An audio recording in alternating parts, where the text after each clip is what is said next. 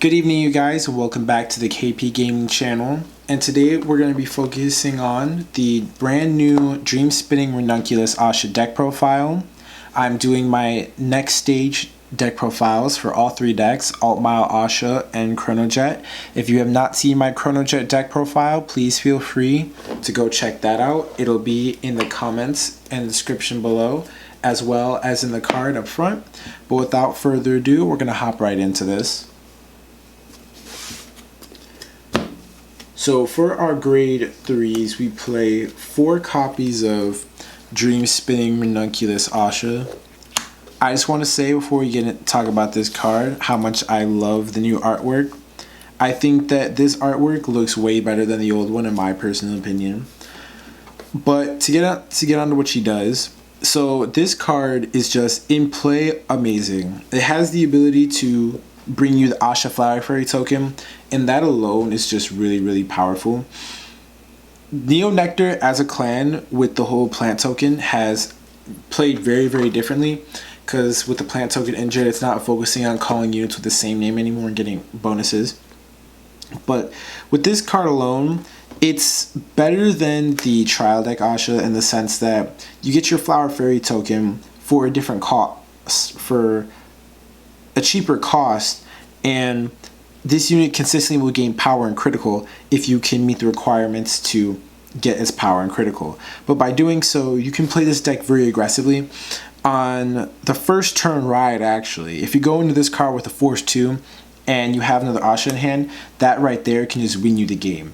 Because the fact that this unit has another card that becomes exactly like another copy of it, and 4 trigger effects, is just so amazing to have. Your Ahsha Flower Fairy token and this card alone, before anything happens, are 23,000 power along with 2 critical.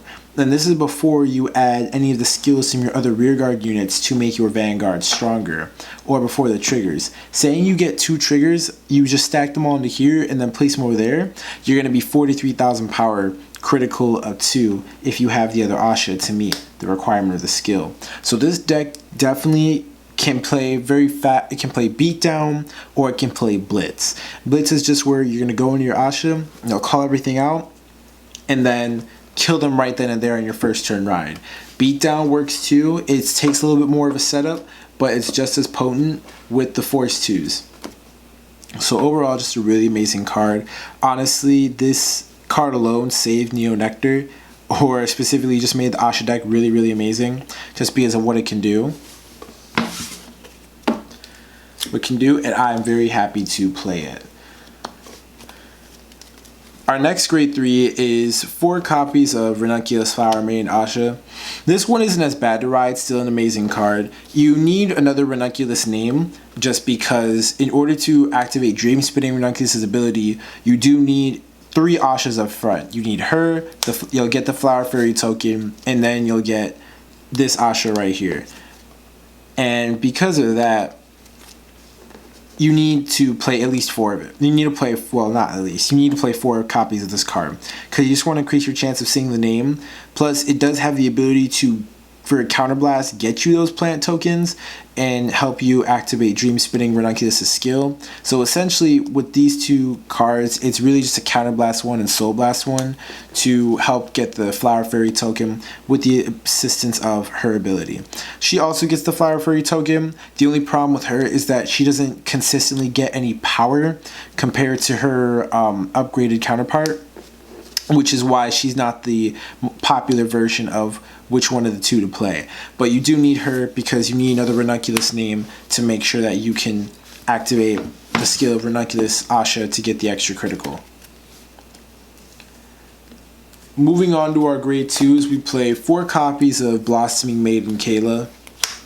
So this is your grade 2 ride target. You play her because you want to have this card to set up to already give you the plant tokens that you need, so that you can go straight into your Dream Spinning Ranunculus Ahsha. Every card in this deck is built around powering up Dream Spinning Ranunculus Ahsha, or just setting up the board so that when she enters, you can automatically just start popping off to hopefully kill your opponent as soon as possible.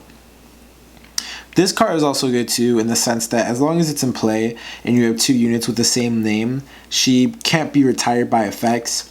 And with the additions that Kagero will be getting and some of the Narukami abilities that you're going to want avoiding, having this card that can just avoid being retired, it's just a pretty cool add-on to what it does. I'm not going to say that it's better than its G version era because it's not, but just for this build, it does a lot more than what the G unit does. Not the G unit, the G version of this card does. So you want to play 4 copies of her simply because she's just going to help move your deck a lot faster. Next for our grade 2s, we play 4 copies of Genuine Maiden of Sweetberry. So this is just a card that I've been testing out for a while. I actually got the idea of playing this card from another YouTuber. His name is Cardfight Empire. Really cool guy. Just watching his deck profile gave me the idea of playing this card. The strategy that he was going behind this card was to help you accelerate power amp your Ahsha so that when she attacks you can, just kill your opponent, because he was focused on more of a blitz strategy. But just in a casual sense with this card, this card can be replaced honestly with anything. You can play the Tree Man, who has the counterbots win ability to power up the Vanguard. You can play Anelma to add a boost to your rear guard to make your rear guard attack stronger and get plan tokens. And then you can play that other grade 2 that people are playing, the Maiden, the promo Maiden that's coming out in the festival collection. I've seen some people playing that. Or you can play the musketeer card you can play the musketeer card that just gives you a free musketeer on call. Not musketeer, free plant token on call.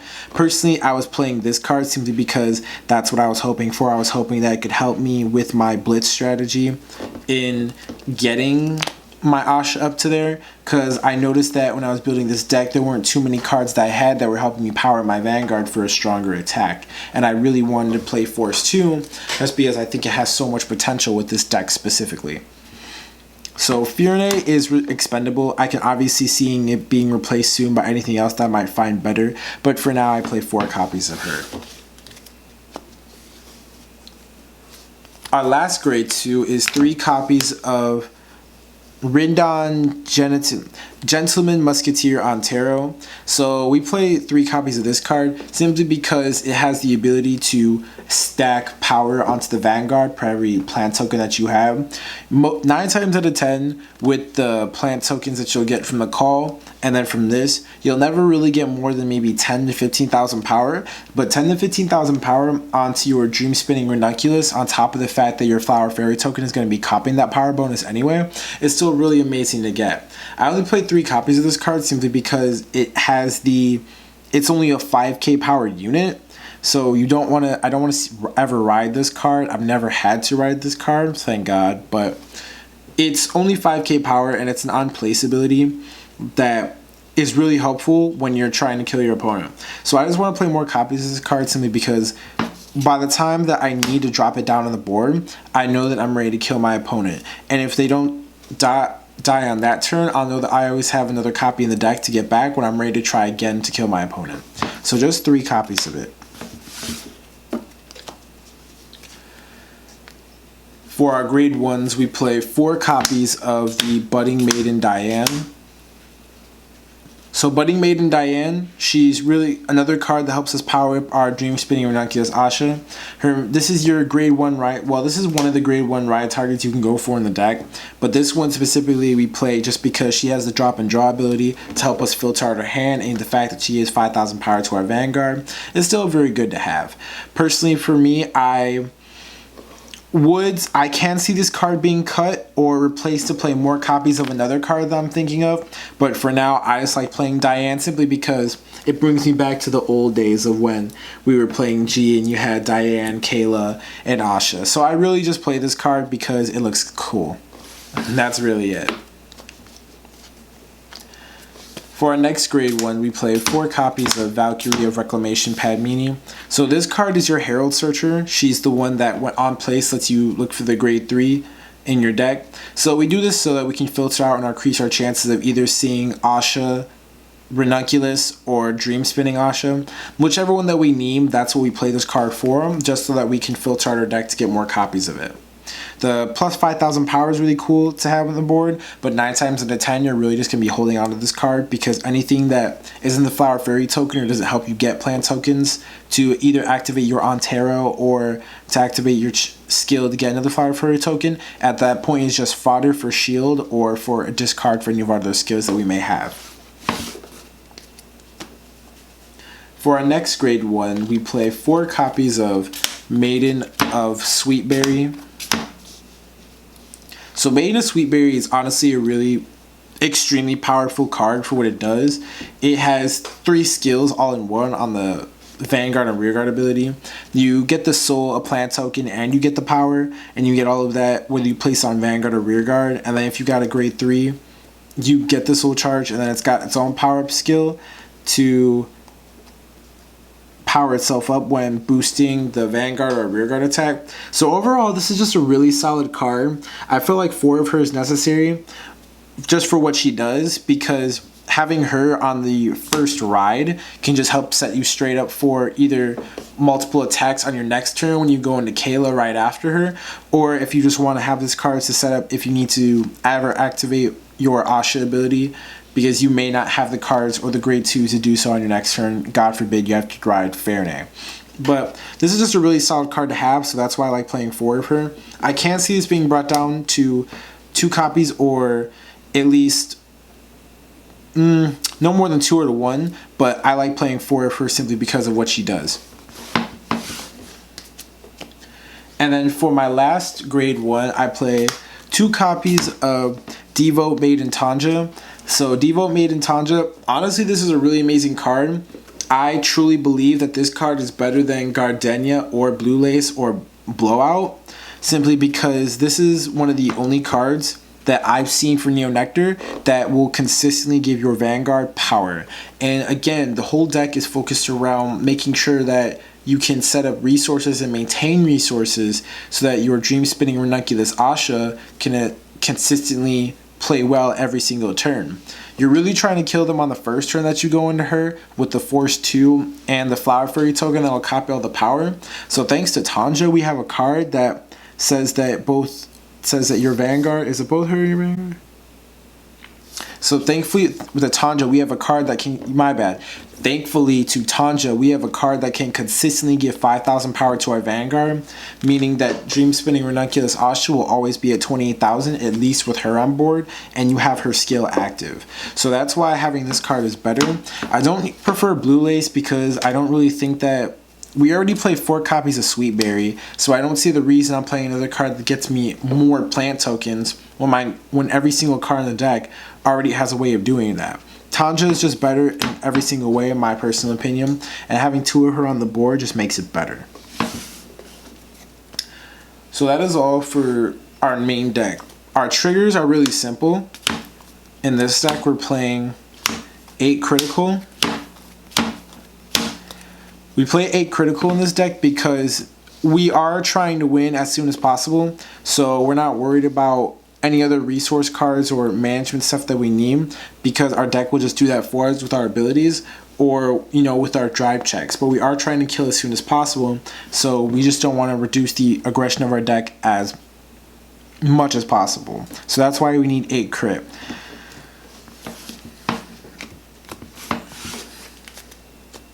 And then we play 4 draw PGs. So the draw PGs I am trying out right now. The thing about the draw PGs versus Milas is that they're two, I want to say that the cards simply are 2 different strategies. The Milas, you play 4 of that with the other 8 crits when you want to go just full on aggro. If you want to go full on aggro, I would most definitely not even think about playing this card. I would just play Milas. I wouldn't worry about perfect guards, except Milas being a perfect guard herself. The only reason why I say we need this card is just because the draw is still necessary. This deck doesn't really, other than Diane, Pad Mini, There aren't really too many draw cards in this deck, nor search cards in this deck that really help you get more and more resources. So having Blossom Rain as a draw trigger and a perfect card is still very helpful. And seeing as how Chrono Fang Tiger is still a thing, I would say that this card is still very much necessary to play, just because, you know, that's still popular, at least where I'm at right now. And with Gear Chronicle getting more support possibly in the future, or, you know, people just figuring out different combinations, or its next stage still a thing, I think that having this card is still better to have than having Milas, in my opinion.